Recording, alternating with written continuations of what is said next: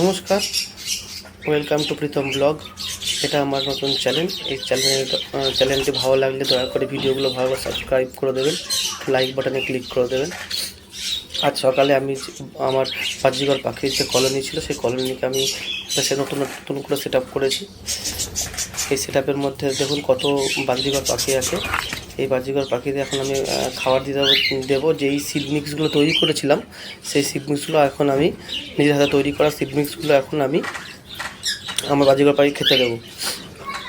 সুন্দর সকালে এখন খুবই গরম পড়েছে। সবাই যারা পাখি ভালোবাসে বা যারা পাখি পালন করেন তাদেরকে খুব আমি রিকোয়েস্ট করছি, দয়া করে তারা খুব পাখিদেরকে খুব আদর যত্ন করবেন, কারণ ওরা নির্জীব বস্তু, ওরা কথা বলতে পারে না।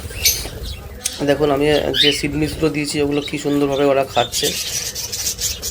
এখন এই বাজিঘর পাখিগুলোকে এখন খুব ভালোভাবে রাখতে হচ্ছে, কারণ এখন এই গরমের সময় এদের খুব প্রবলেম হয় এবং ব্রিডিংয়েও খুব প্রবলেম হয়। তাই আমি এদেরকে একটা কলোনি বানিয়ে দিয়েছি যেখান থেকে খুব সুন্দরভাবে হাওয়া যাওয়া আসা করে। এই বাজিঘর পাখির মধ্যে আমি আমার 2 পেয়ার ককাটেলও আছে, একটা রুটিনো ককাটেল আর একটা ব্ল্যাক ককাটেল। রুটিনো ককাটেলগুলো এসে গেছে। ও এদের মধ্যে খুব একটা প্রবলেম করে না, কারণ যেহেতু বাজিঘর পাখিগুলো সংখ্যায় বেশি আর এরা অন্তত 2 পেয়ার, ওই জন্য এরা খুব একটা মারামারিও করে না। যদি ককাটেল পাখিগুলো যদি বেশি থাকতো তাহলে হয়তো বাজিঘর পাখি মারামারি করতো। যাই হোক, আমি এখন এটা গরম বলে ওই জন্য এখানে আমি দিয়েছি। আর কারণ এই কলোনিতে ঠিক যেহেতু বাইরে থাকায় হাওয়া বাতাস ঠিকভাবে চলাচল করছে বলে ওই জন্য খুব একটা অসুবিধা হচ্ছে না।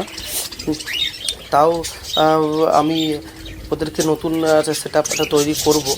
আর আমার যে ঘরের মধ্যে যে বাচ্চার মধ্যে যে আমি পাখিগুলো করেছিলাম, ওরা 2 পেয়ার ওরা বাচ্চা দিয়েছে, 4টে ডিম ফুটে বাচ্চা বেরিয়েছে। ওগুলো পালক হয়েছে, সেগুলো আপনাদের সাথে আমি নিউ ভিডিওতে শেয়ার করব যে আমি কীভাবে সাকসেস পেয়েছি এই ব্রিডিং প্রোগ্রেসে। আর বাচ্চাগুলো ডিম থেকে বড় হওয়া পর্যন্ত কীভাবে আমি ওদেরকে পালন করেছি, কীভাবে ওদের রক্ষা করেছি, সেটা আমি শেয়ার করব আপনাদের সাথে।